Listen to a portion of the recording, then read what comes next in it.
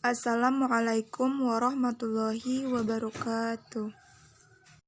Kami dari kelompok 4 akan menjelaskan sistem pemikiran ekonomi Islam pada abad kedua sampai keempat atau 8 sampai 10 Masehi, yaitu pada masa Abu Hanifah, Abu Yusuf, dan Abu Syaibani.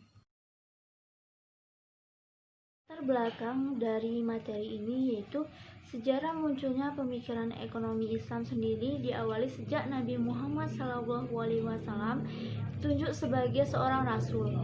Rasulullah SAW mengeluarkan sejumlah kebijakan yang menyangkut berbagai hal yang berkaitan dengan masalah kemasyarakatan. Selain masalah hukum, politik, juga masalah perniagaan.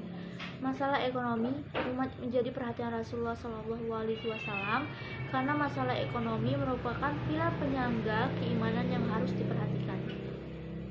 Selanjutnya, kebijakan Rasulullah SAW dijadikan sebagai pedoman oleh para khalifah untuk memutuskan masalah yang menyangkut ekonomi atau muamalah. Al-Quran dan Al-Hadis digunakan sebagai dasar teori ekonomi oleh para khalifah dan juga digunakan oleh para pengikutnya dalam menata kehidupan ekonomi negara. Dengan demikian, agar lebih tepat dalam memotret sejarah sosial terbentuknya teori ekonomi, materi ini akan menjelaskan beberapa di antara para pemikir muslim yang dimaksudkan untuk memberikan gambaran dalam kehidupan sosial. Dengan demikian, agar lebih tepat untuk mengetahui pemikiran ekonomi Islam pada abad ke-2 sampai 4 atau 8 sampai 10 Masehi. Tujuannya yaitu, pertama, untuk mengetahui pemikiran ekonomi dari tokoh-tokoh Islam yang memberikan dampak pada perkembangan ilmu ekonomi.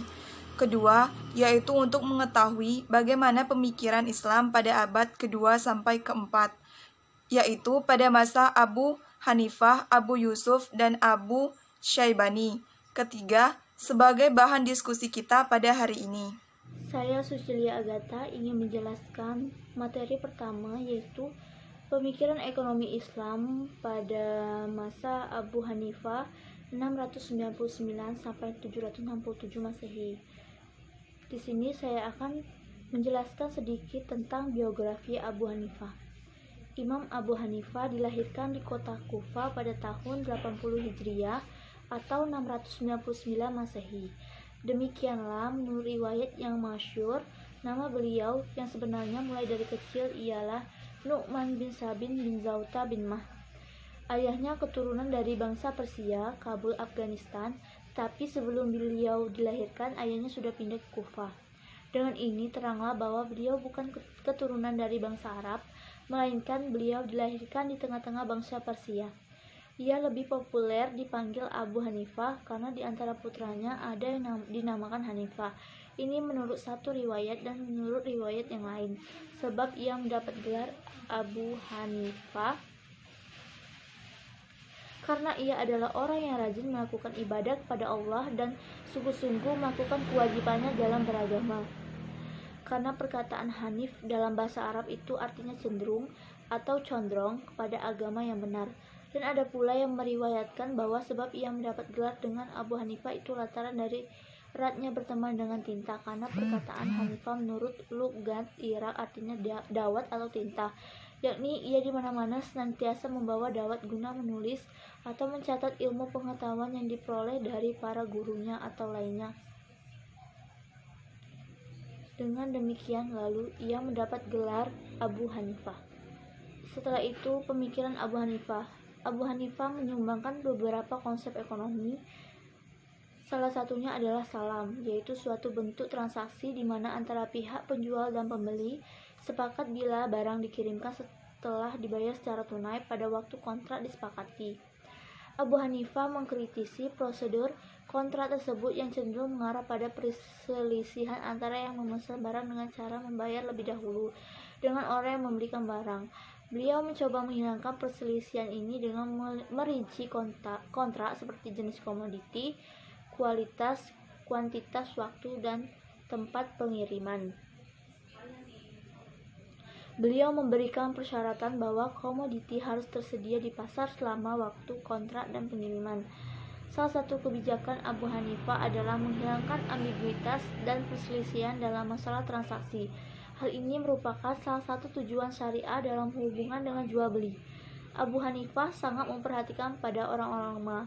Beliau tidak memperbolehkan pembagian hasil panen atau muzara'ah dari penggarap kepada pemilik tanah dalam kasus tanah tidak menghasilkan apapun.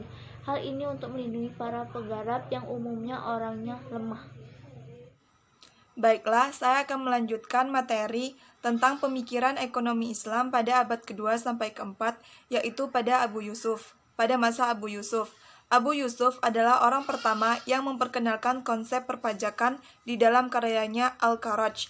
Kitab ini ditulis atas permintaan Khalifah Harun al-Rashid ketika beliau ingin mengatur sistem Baitul Mal, sumber pendapatan negara seperti Al-Kharaj, Al-Us, dan Al-Jizyah.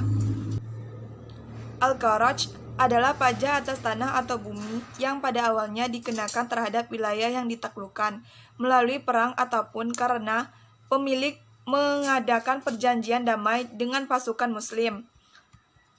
Urs adalah zakat atas hasil pertanian dan bea cukai yang dikenakan kepada pedagang muslim maupun non-muslim yang melintasi wilayah Daulah Islamiyah yang dibayar hanya sekali dalam setahun. Untuk pengelolaan zakat pertanian ditentukan sebagai berikut.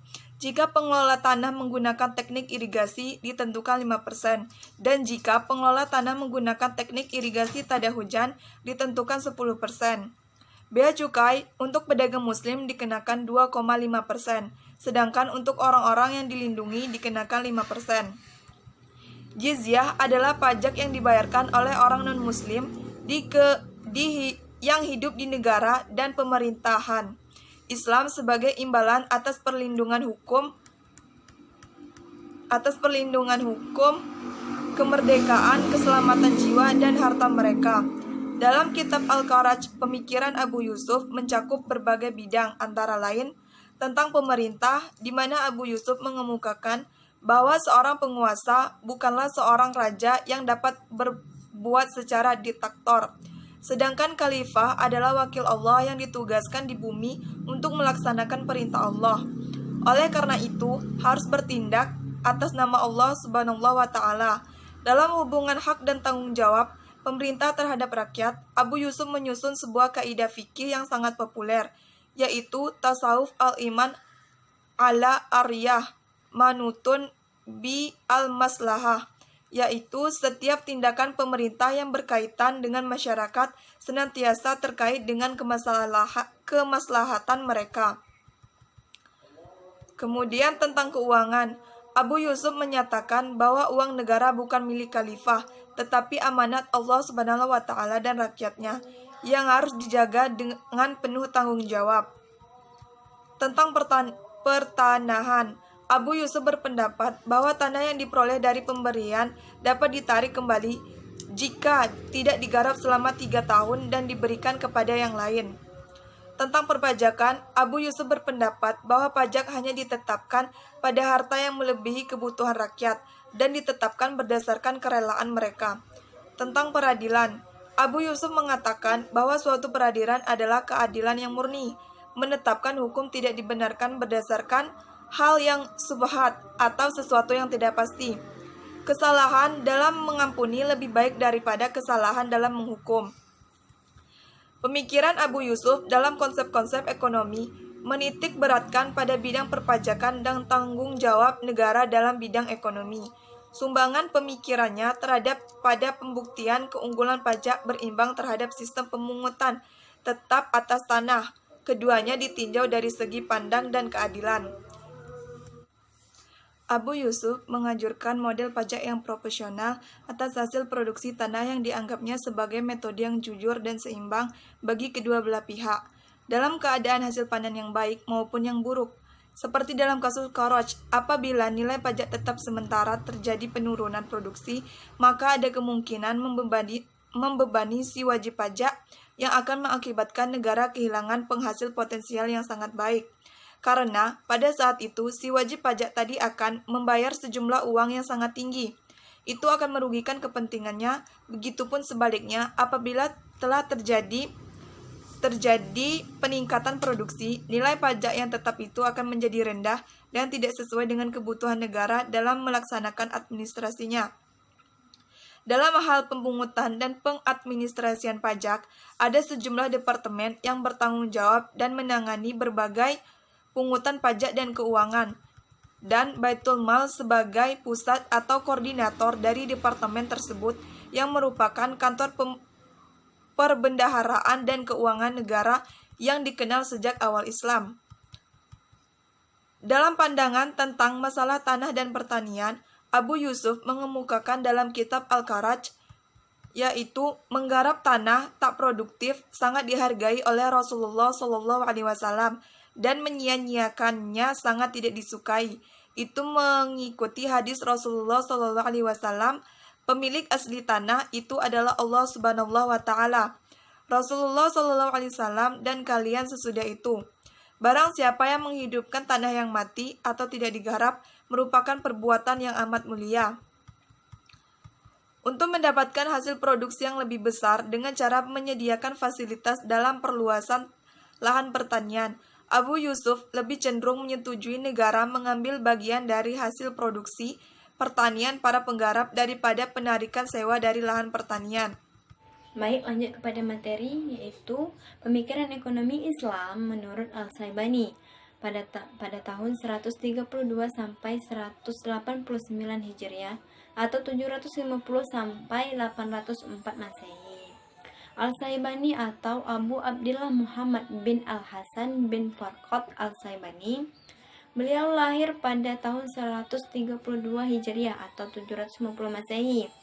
Beliau tuh lahir di kota Wasit, yaitu ibu kota dari Irak, dan beliau juga merupakan seorang ahli fikih dan tokoh ketiga dari mazhab Hanafi yang berperan besar untuk mengembangkan dan menulis pandangan dari Imam Abu Hanifah.